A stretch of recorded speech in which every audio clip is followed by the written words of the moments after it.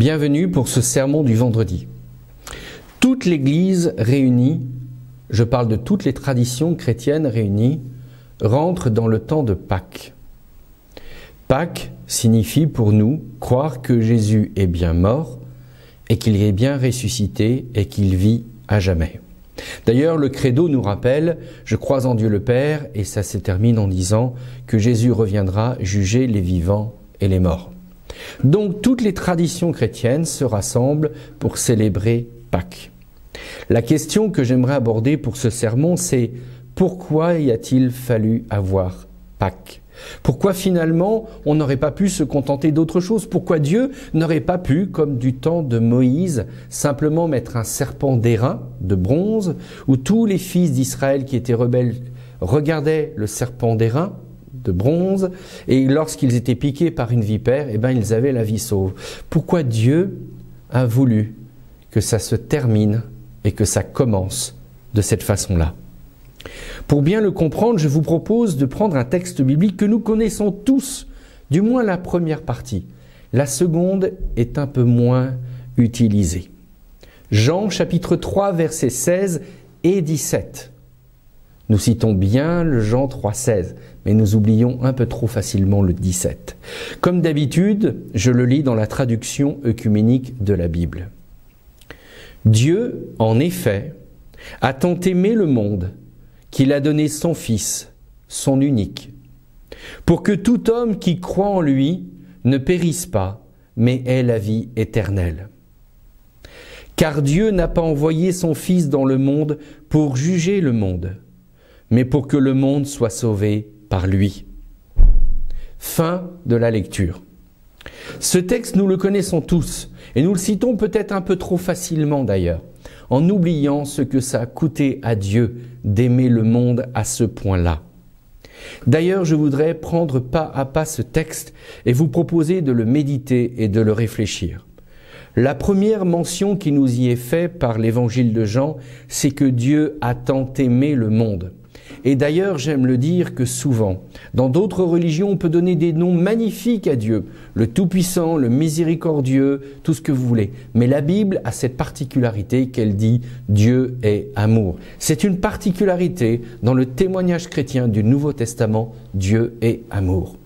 Maintenant, revenons sur cette affirmation. Dieu a tant aimé le monde. Que signifie un Dieu qui aime ? Et un jour, comme le disait un vieux pasteur, Dieu aime, Dieu a aimé, Dieu aimera encore, Dieu aimera toujours. Comment se fait-il que Dieu aime en permanence ? Est-ce qu'a priori c'est possible ? Là, on devrait se poser la question. Pour comprendre comment Dieu aime, il faut essayer de voir les choses non plus à notre échelle, mais à l'échelle d'un Dieu qui est tout-puissant. Ce Dieu-là, il ne vous voit pas comme vous êtes aujourd'hui. Il voit comment vous serez demain et comment vous serez après-demain. Et il sait qu'à chaque fois que vous investirez dans l'espérance, à chaque fois que vous investirez dans quelque chose de beau, qui vous dépasse, qui est magnifique, il sait qu'il pourra continuer de vous faire confiance. Car Dieu, quand il nous a créés, nous les hommes, il nous a créés avec cette volonté de toujours voir devant. D'ailleurs, le texte de l'Ecclésiaste dira même que Dieu a mis dans le cœur de l'homme la pensée de l'éternité. Ça veut dire que notre vision, elle peut être là, à court terme, ou elle peut être à long terme. La vision de Dieu sera toujours à long terme, puisque Dieu est éternel. Et quand vous comprenez ça, vous comprenez comment Dieu vous aime. Il ne vous aime pas à court terme. Il vous aime à long terme, parce que Dieu est éternel. Et là, il y a un double sens. Il ne peut pas vous aimer à long terme puisque dans l'éternité, le terme n'existe pas. Et c'est là que je trouve la chose passionnante. Dieu, depuis la fondation du monde, savait depuis toujours qu'il avait décidé d'aimer les hommes. Et pourquoi il a décidé de les aimer ? Parce que nous sommes l'œuvre de ses mains. Nous avons été créés par lui, c'est son œuvre. Et après tout, si on n'avait pas été son œuvre, ça aurait été plus difficile. Mais on ne connaît pas une mère ou un père qui n'aime pas son enfant. Même si cet enfant a tout fait, il y aura toujours au fond de lui quelque chose qui dira « c'est mon petit ». C'est quelque chose de puissant. Et voyez-vous, sans faire dans l'émotion facile, à chaque fois qu'un être humain est en souffrance, à chaque fois qu'une famille est disloquée, à chaque fois que des enfants sont bafoués, à chaque fois que des humains sont anéantis, on entend toujours la voix de l'Esprit qui nous dit « c'est mon petit, c'est lui ». Et Dieu, voilà pourquoi Dieu aimera toujours. Et il mettra le comble à son amour autant qu'il le pourra. Parce que Dieu dira toujours, c'est mon petit. Il est créé à mon image. Elle est créée à mon image. Je ne peux pas renier cela. Il est et elle est créée à mon image. D'ailleurs, je profite de cette parenthèse pour vous faire cette remarque. Souvent, on parle en théologie, c'est un terme un peu technique, on appelle ça imago Dei. Ça veut dire l'image de Dieu. Mais voyez-vous que malgré le fait qu'on est pécheurs, et vous et moi, nous sommes des pécheurs, et nous ne sommes pas toujours, au top de notre forme. On dira même que des fois, on est plutôt à côté de notre forme. Mais voyez-vous, si on prend une analogie d'une pièce de 2 €, cette pièce, elle a une valeur certaine, 2 €.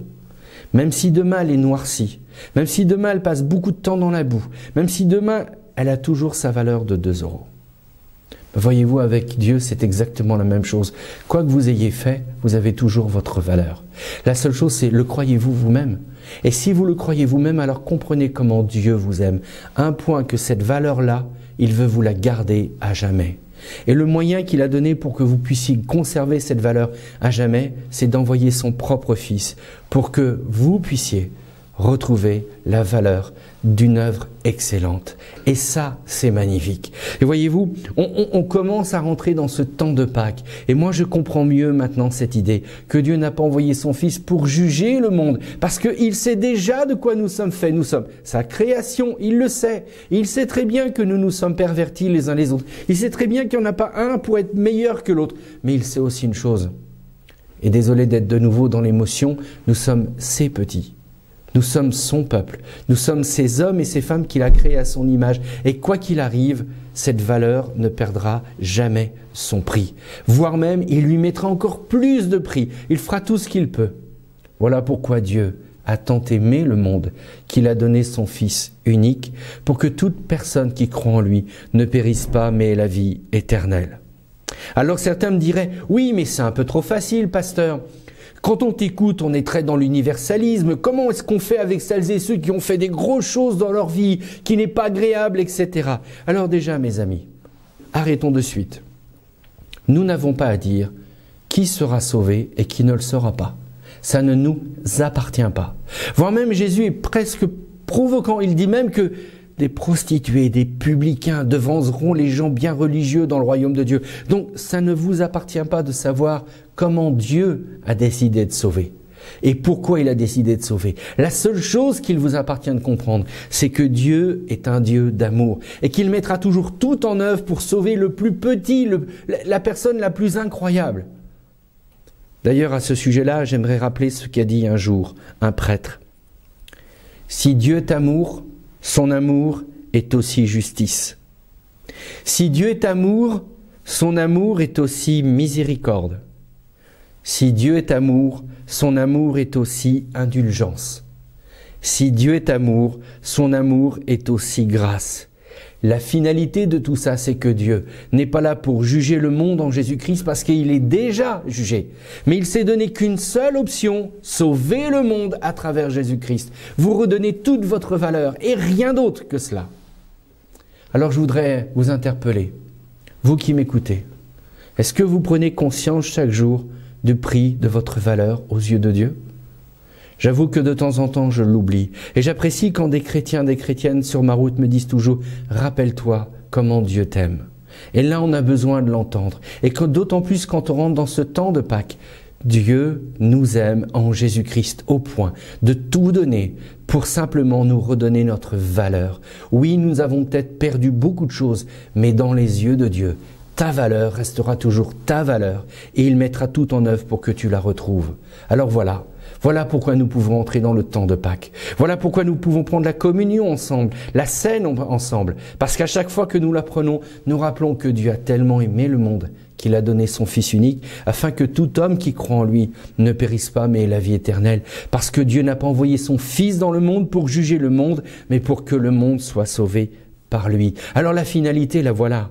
Dieu sauvera encore et encore. Et si encore aujourd'hui, en 2017, nous célébrons Pâques, c'est parce que nous annonçons avec toutes les églises que Dieu est un Dieu qui sauve encore. Car comme leur disait ce pasteur que j'aime redire, Dieu a aimé Dieu aime, Dieu aimera encore, Dieu aimera toujours. Alors vous êtes libre de ne pas partager ce que je vous ai partagé, parce que là c'est le temps de Pâques et je suis vraiment, comme le dit ma femme, t'es un passionné. Oui, je le suis. Je suis un vrai passionné de cet amour de Dieu parce que je trouve que ça peut tout changer dans la vie des gens. Et malheureusement, je crois que trop souvent, on prend la religion en otage de l'amour de Dieu. Mais si de temps en temps, on pouvait laisser côté un peu la religion pour rester vraiment au cœur même de l'amour de Dieu, je pense que ça changerait bien des choses. Vous êtes libre de ne pas partager ce que je vous ai dit. Vous êtes libre de tout remettre en cause. Mais faites toujours en sorte que le bon sens humain rencontre l'intelligence de la foi. Nous rentrons dans le temps de Pâques. Passez un bon temps de Pâques et reméditez cette phrase à nouveau. Quand vous allez célébrer Pâques, dites-vous bien que Dieu nous a aimés, Dieu nous aime, Dieu nous aimera encore, Dieu nous aimera toujours en Jésus-Christ. À lui soit toute la gloire. Amen.